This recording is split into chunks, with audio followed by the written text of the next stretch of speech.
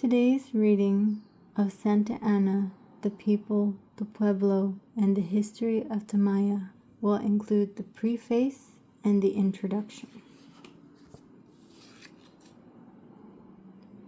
This history of a unique people is the direct result of efforts made to impact local communities with tribal histories. The National Endowment for the Humanities funded a major portion of the research and writing. The tribe also contributed time and money to make certain that the manuscript represented their point of view and interests. Archival research in many locations included Floyd Montoya, who served as the historian for the tribe. Floyd and his father were especially helpful in the gathering of oral history. The father, Porfirio Montoya, was a great fount of knowledge from the traditional oral history of the Santa Ana people. He was patient, detailed, and encouraging to all who worked on the project. At the American West Center, University of Utah, it was my pleasure to coordinate the work and to act as liaison between the Pueblo and the center. At the American West Center, many persons helped: Gregory C. Thompson, John Chenick, Greg White, Catherine J. Patillo, Jenny Young, Winston P. Erickson, and several others too numerous to mention. Laura Bayer was also at the center of the effort.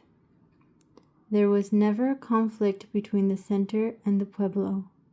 Many tribal leaders contributed to our efforts. Especially important was the role of the tribal administrator, Roy Montoya. The personnel of the center leave this project with a deep respect for the leaders, and the people of Santa Ana. Tamaya is forever in our hearts. And this is a statement written by Floyd A. O'Neill, Director of American West Center, University of Utah. Santa Ana. Introduction. Tamaya, known to outsiders since Spanish times as Santa Ana, is a small pueblo on the Rio Jemez, located away from the main routes followed by later travelers through the Southwest.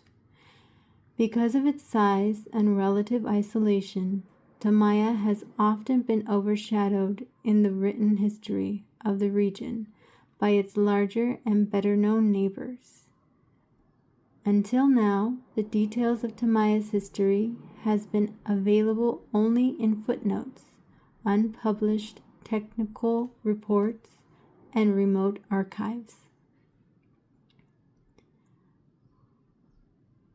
Consequently, the Tamaya, the people of Tamaya, have had little access to many of the records of their own past. This book attempts to correct that problem by combining the scattered references in the written history with the rich oral tradition that has preserved Tamaya's own account of its past. From the first, this book has been intended for the people of Tamaya, and especially for the young people who will carry Tamaya's history into the future.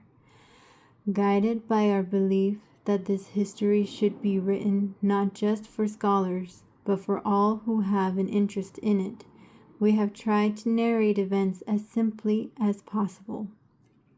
Where complex legal, scholarly, or technical issues form an integral part of the history, we have tried to explain these matters so that they will be clear to readers who do not possess an extensive scholarly background. In deciding what the text would cover, we have respected the wishes of Pueblo officials. Tamaya chooses not to reveal all of its culture to outsiders, and to honor that decision, we have omitted descriptions of the Pueblo's religious life, ceremonies, and sacred traditions.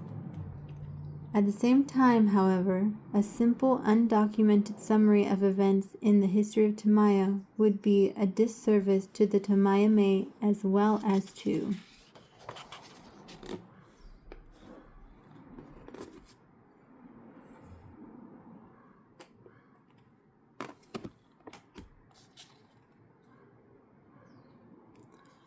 scholars interested in technical details, for the sources of that history have never been identified in any study that is generally available.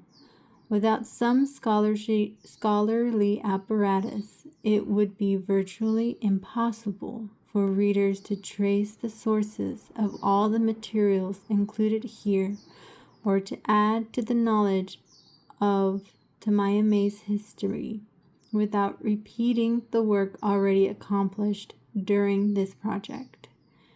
For these reasons, at the end of the text, we include detailed notes, a map source essay, and a series of technical appendices. Acknowledge our debts to those who have preserved parts of Tamaya's history, indicate problems that need further research, and discuss the questions, assumptions, and issues that provide the basis for the material presented in the text itself.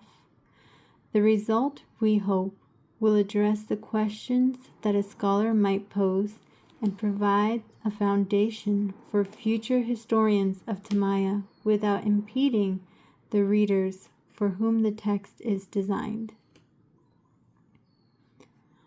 The story of Tamaya begins in a remote past, in the oral traditions that recount how the people came into the upper world and made the long journey to eventually lead them to Tamaya. This text presents that story as it has been told in traditional accounts for many generations.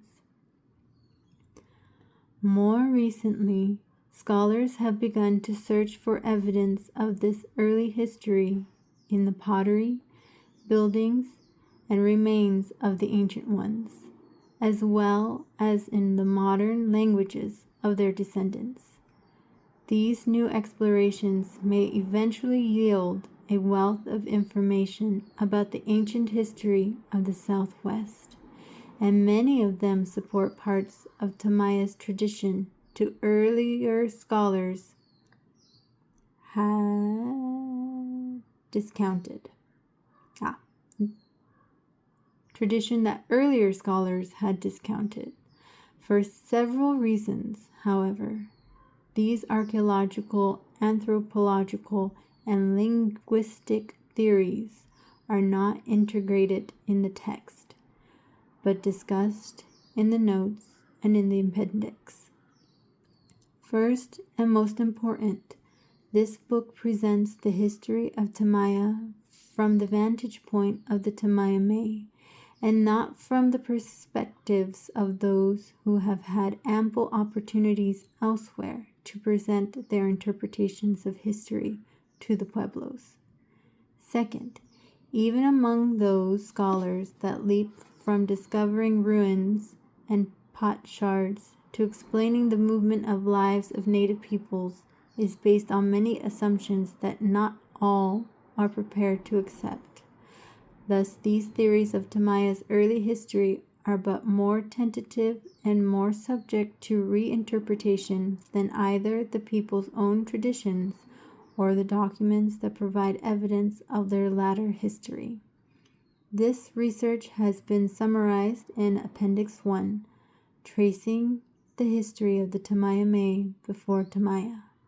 The chapter notes include complete references to relevant studies, as well as discussions of the relationships and discrepancies between the scholarly studies, the traditional accounts of Tamaya's history, and the documentary evidence available from the post-contact period.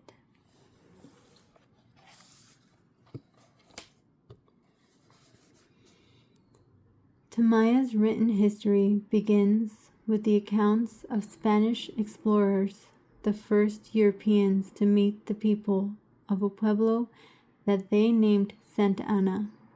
We can only suggest, however, when and where the first meeting might have occurred and what its nature could have been, for the documents now available do not indicate whether the first explorers visited the Tamayame in their pueblo or met them elsewhere. Nothing in these records identifies where the Tamayame were living when the first Spaniards arrived in 1540, or whether Tamaya had been founded in its modern location.